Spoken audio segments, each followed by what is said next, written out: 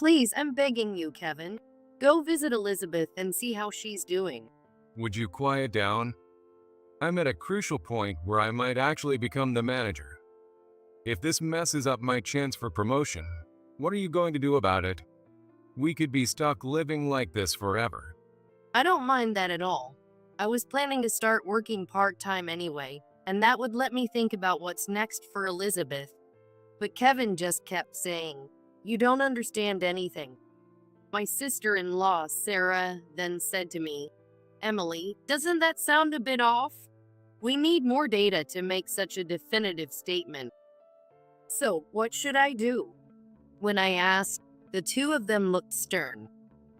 Sarah replied, "Regardless of the reason, if she's being given such unclear medication, we need to sort that out first." Got it. But what can I do? Then Sarah said, Call an ambulance. "An ambulance?" Please, Emily, that's your job. My brother David said that to emphasize his point to me. While you do that, we'll look into this doctor.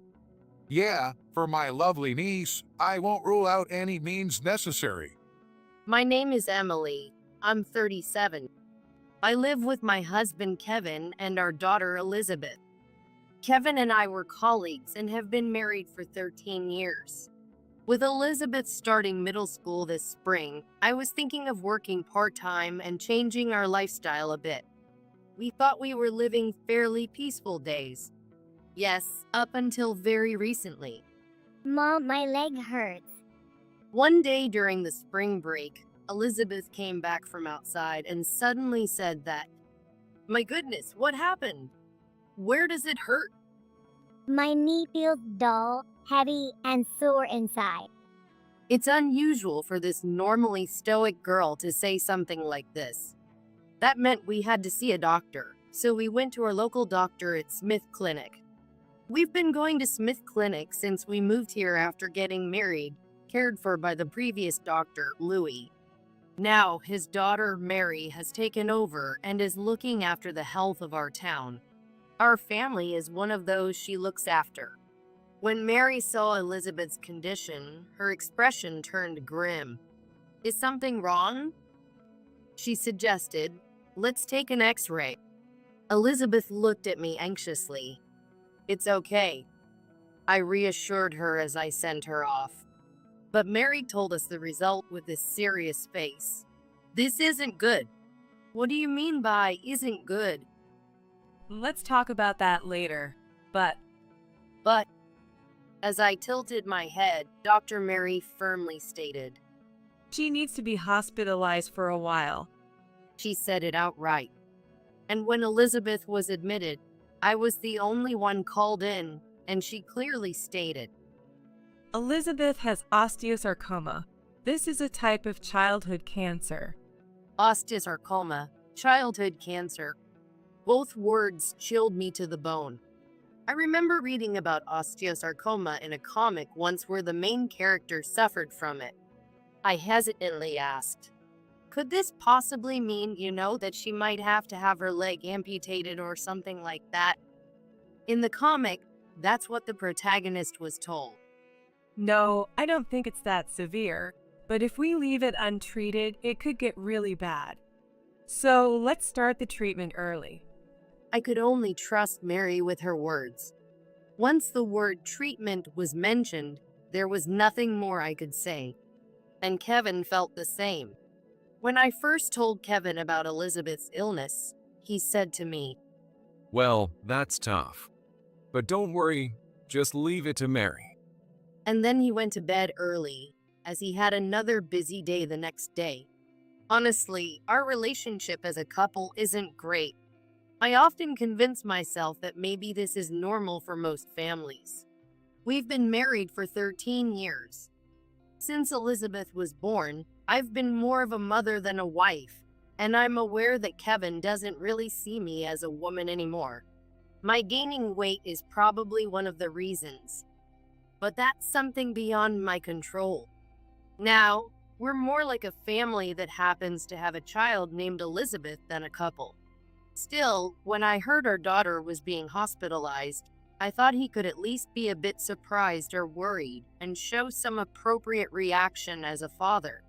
Meanwhile, Elizabeth was sad she couldn't attend the middle school entrance ceremony. Mom, how long do I need to stay in the hospital?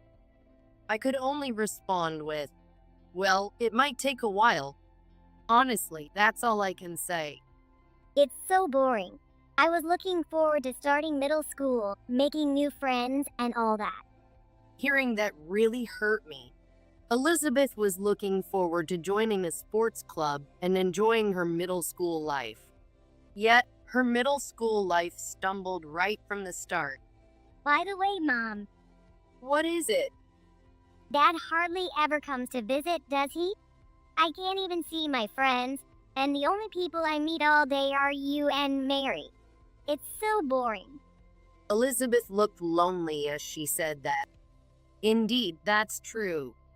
Recently, she hasn't been able to meet anyone.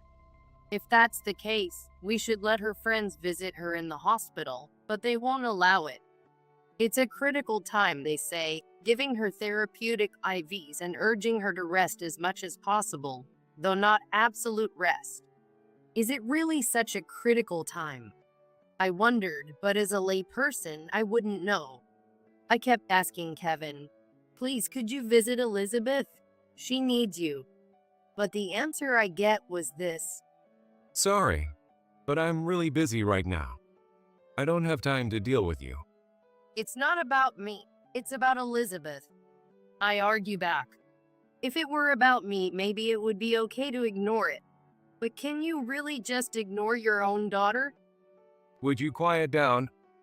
I'm at a crucial point where I might actually become the manager.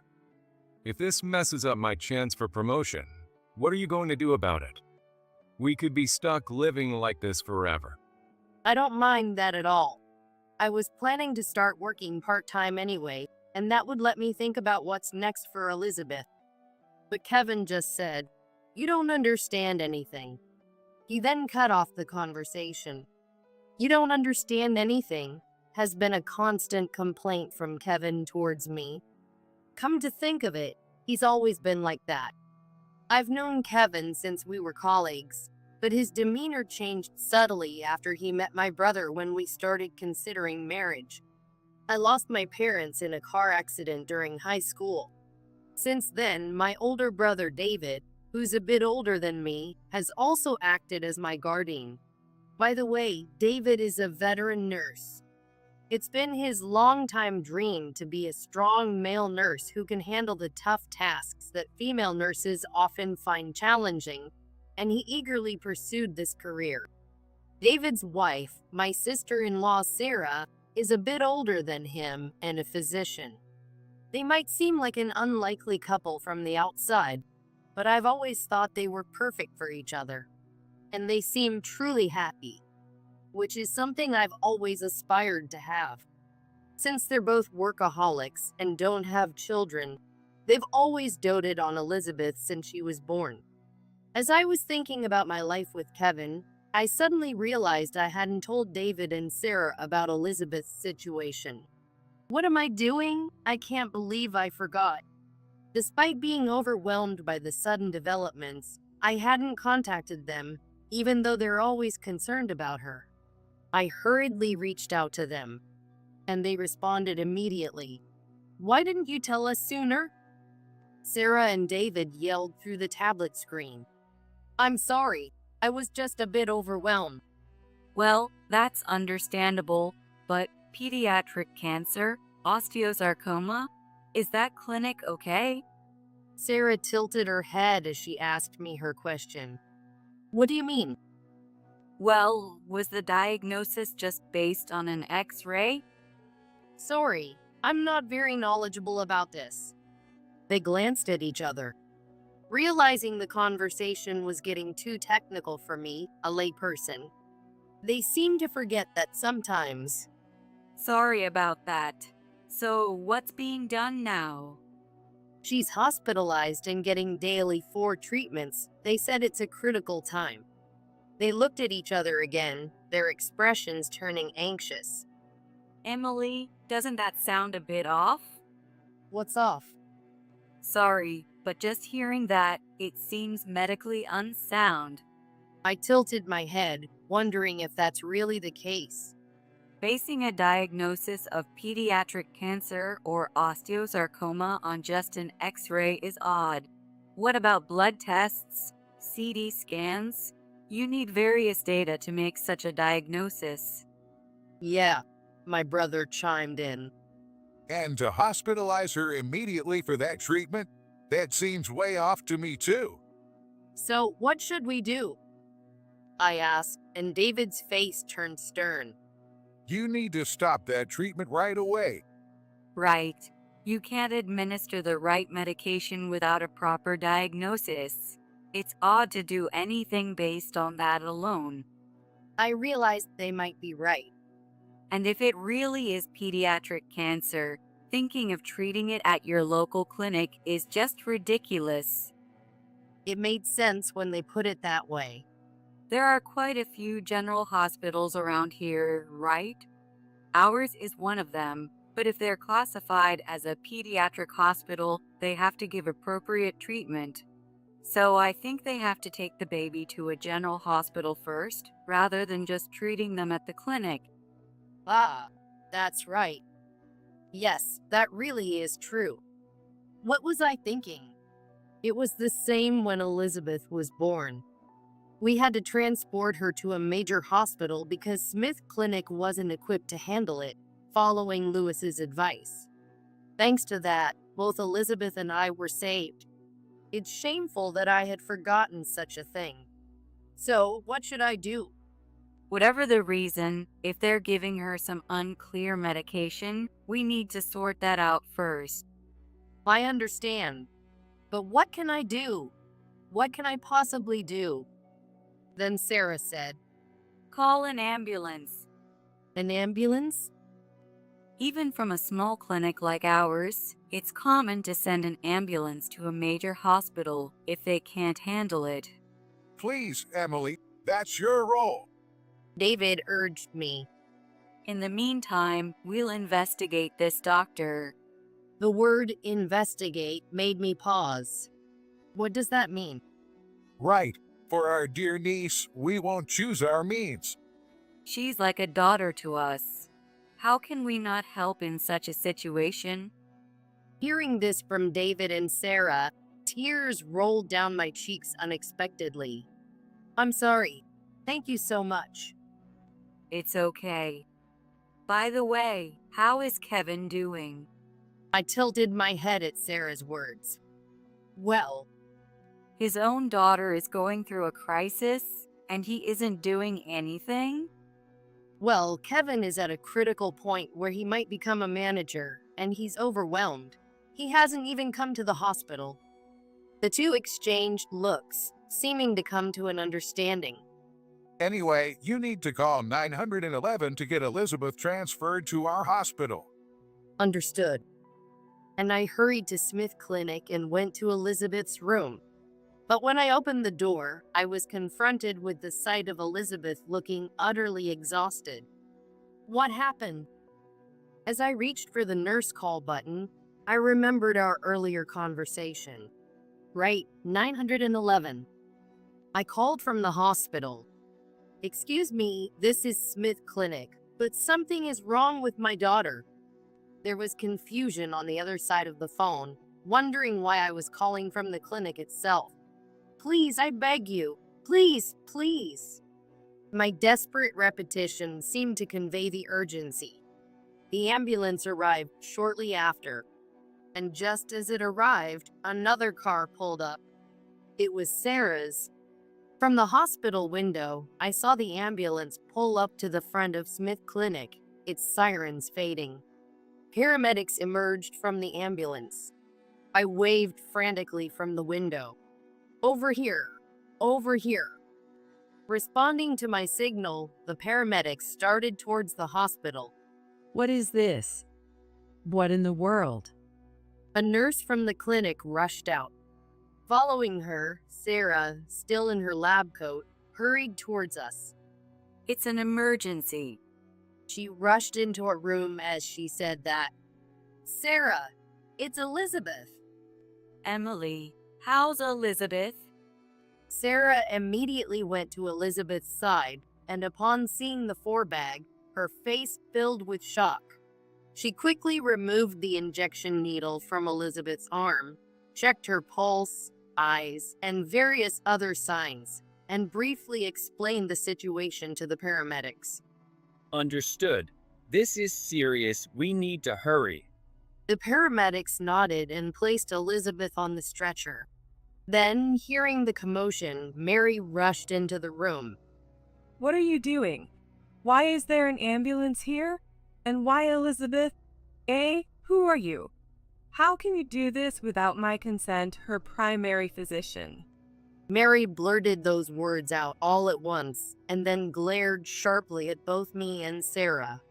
Not to be outdone, Sarah glared back at her and declared, I am this woman's, Emily's, sister-in-law and Elizabeth's aunt. I am also a doctor at Central Hospital. At these words, Mary visibly shook. The symptoms Elizabeth is showing now are clearly due to an overdose from this drip. What were you thinking administering such a thing? Mary's complexion changed upon seeing the forebag in Sarah's hand. What's going on here? I asked Sarah about it. Well, the fact that Elizabeth is showing these symptoms now gives us a pretty good idea. Let's head to Central Hospital right away. Yes. And you? Sarah pointed sharply at Mary. I have some serious questions for you later. Be prepared. You've put my niece in this condition. We could hear Mary clicking her tongue. It was the first time I had seen her show such an attitude. Sarah urged, let's go quickly. And so I quickly moved to leave the place with everyone. But as I passed by Mary, I definitely heard her mutter. All this support, yet you can't do anything yourself. It was a low, resentful voice. She thought that about me. Let's go. Urged by Sarah, I boarded the ambulance. Soon after arriving at the emergency department of Central Hospital, Elizabeth was immediately treated, and her lethargic state quickly improved. Why was she given such a large dose of this? Both the paramedics and the doctors were astonished upon seeing the forebag that had been brought in. It was a fluid used during treatment, but not meant to be administered all day long. Admitted right away and continuously given this? So she wasn't hospitalized to get better, but to get worse. Such direct expressions of astonishment came from the mouths of the surrounding doctors, and I was surprised. Hey, so Mary did that. But why? She's supposed to look after Elizabeth. I explained that she had been hospitalized under suspicion of osteosarcoma, and so the hospital immediately performed various tests. But the doctor who conducted the CT scan turned pale instantly. Osteosarcoma? That's ridiculous. This is just arthritis. Ridiculous? How could such a basic misdiagnosis happen? The emergency room doctor was so angry. I was surprised. Is it that easy to tell the difference? No, even if it's that simple, it's impossible for a layperson to judge. Was Mary using that to deceive me? David then said, Anyway, for now we have a private room available in our hospital, so let's keep a close eye on her until she recovers. Surprised, I said, A private room? Don't worry, it's available now, and if it's about the cost, we will cover it. I had some concerns, but nothing could replace Elizabeth's life. That night, I set up a side bed in the private room and stayed overnight. Thanks to the treatment, Elizabeth regained consciousness, but was frightened and wanted me to stay with her all the time. I myself, not knowing what might happen, had resolved to stay by her side throughout. Later that night, after Elizabeth had fallen asleep, I began to doze off when suddenly I heard footsteps in the hallway outside. I immediately woke up, but pretended to be asleep. Then I heard the door to the room quietly open. Someone was creeping closer. After all the things I thought I could do for her, It was Mary's voice. now that it has come to this. I heard the sound of rummaging through a bag. Then she pulled out a small bottle and a syringe. As I prepared to move, I strained my eyes to see what she was doing. Mary opened the bottle and drew some liquid into the syringe. She then reached for Elizabeth's arm, and I couldn't hold back any longer. "What are you doing?" I jumped up and lunged at her. Whoa. With that, the bottle and syringe rolled across the floor. Oh, you're heavy. I can't breathe. Oh, you were awake? It's not about whether I was awake. Get off, you're too heavy. My body weight, though not quite double, was perhaps 1.5 times that of Mary. Struggling, she couldn't move at all under my weight. Startled by the commotion, Elizabeth woke up and asked in surprise, why? What's happening?" I told her urgently. Elizabeth hit the nurse call button. "Okay." She pressed the nurse call repeatedly in a panic. Soon, footsteps approached from the nurse's station on this floor. The door opened and the lights came on. What on earth is going on here? It was my brother who spoke. Then, once again, I could hear Mary clicking her tongue. Well done, Emily. While saying this, my brother secured Mary's hands and feet with bands. This should keep her immobilized for now. He then picked up the drop medicine bottle, his expression distorting. What were you planning to do with our niece's life? His anger was palpable. Because you took her away from my clinic, I thought I could find an easier and less painful way. Because of what you did, I had to act quickly. Had to? What does that mean? Her vague words frightened me. My brother looked at me and said clearly, Basically, this person, though a doctor, was after Elizabeth's life. Suddenly, I felt like I couldn't breathe. What were you trying to do to me, Mary? Elizabeth was almost crying when she exclaimed that. Then there was the sound of the door opening again. Sarah entered, and it seemed someone else was behind her. She came after all. After all? I thought if we did this, she would surely come herself. That's why I arranged for a private room. I didn't want to disturb the other patients. With that, Sarah signaled to someone behind her to come in. I rushed to get an answer, but it was incredibly simple, wasn't it, Kevin? I was confused as to why Kevin was here. What's going on, David, Sarah? Calling me here at this hour. Kevin, it's no use. Everything we did has been found out. Mary, why are you here?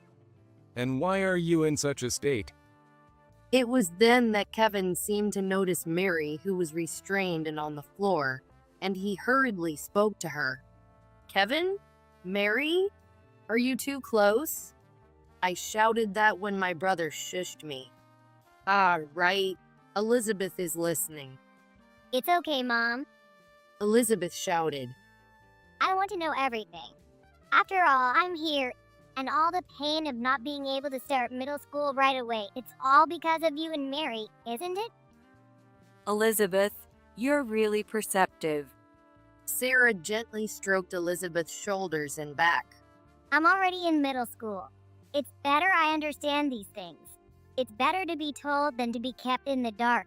So please tell me, Mom. I was at a loss, and frustrated with myself for being so helpless. Sarah then confronted Mary with the medication she had picked up. This is a muscle relaxant you brought, isn't it? If you had injected this concentration directly, it's obvious what would happen to this child. Sarah's hands were gloved, surely to preserve evidence. Your ride is here. Then more visitors arrived in the room. It was really good that the room was spacious. The visitors, showing their police badges to Kevin and Mary, declared firmly, I'm from the county police department. Dr. Mary, you are under arrest for the current offenses. Kevin, as an accomplice, you will accompany us. Kevin reflexively tried to flee upon hearing this. Hold on. You're not getting away. David's strong hands grabbed Kevin's shoulder. I've been acting as Emily's guardian since our parents died, thinking you would bring happiness to our family. But what is this? Your own child. While holding back his shouting, Sarah invited another person in. Well, it was really urgent, so we had to bring in a number of people quickly. But thanks to that, we figured it out. This man has been embezzling money from the company. Embezzlement? I let out the word unintentionally, and Kevin averted his gaze. Sorry, we're from a private investigator's office. We were asked to look into this urgently. But Kevin said he was on the verge of becoming a manager. That's why he's been so busy and hasn't even stopped by the house or come to visit her in the hospital. The investigator continued matter-of-factly. About that. It's the other way around. He was supposed to become a manager originally, but it was put on hold because he was suspected of embezzlement. But he never said a word. I hadn't imagined it. And to cover what he embezzled, he wanted the insurance money. Insurance money? This man had taken out a $200,000 life insurance policy on his daughter. I couldn't immediately grasp the implications. So, Kevin, were you planning to use Elizabeth's life to cover your debts? I had no choice. Otherwise, I would have been kicked out of the company. What are you talking about? Involuntarily, I swung my hand at Kevin. With a smack, my large hand struck Kevin's cheek, and he fell to the ground. Damn. You've really gotten big. That's why I lost interest in you. That has nothing to do with this. So, you were distracted by the always beautiful Mary because I gained weight. Yes. Ever since you gave birth, you just kept getting bigger and bigger. I was at a loss for words. I wanted to stay slim too, but I got sick during my pregnancy. It couldn't be helped. That's right. Emily got kidney issues during her pregnancy. Since then, it's been easier for her to gain weight. That's inevitable. Sarah added supportively. That's one thing. But it was during that time that Mary comforted me. The officers present sighed in response. Forget it. The main issue now is that this man tried to take his daughter's life. And you, sir, you asked her to do it. For now, we'll take these people into custody. I understand your anger, ma'am, but you wouldn't want to be charged with assault, would you? I was taken aback. We'll make sure you don't face any charges. It's going to be tough enough handling things for your daughter from here on. Yes. Oh, but let me ask just one thing. Didn't you love Elizabeth? I asked Kevin. I did at first. But as you kept gaining weight, I thought Elizabeth might end up the same, and I just didn't care anymore. So, Dad, you thought of me that way? And then you just didn't want me anymore? Elizabeth began to cry on the spot. I'm sorry. I'm so sorry. I hugged Elizabeth. It's because of me, isn't it? No, it's not your fault, Mom. You always did what was best for me. I understand that even as a middle schooler. Dad is just blaming everything on you. I don't want to call him Dad anymore. Just do whatever you want. That's probably for the best. Sarah agreed with her. And you were the head of Smith Clinic, right? A medical professional doing something like this, even though it was prevented, you can never return to this field again. Was he so important to you that you'd throw away your entire career over this? You wouldn't understand. Mary retorted bitterly.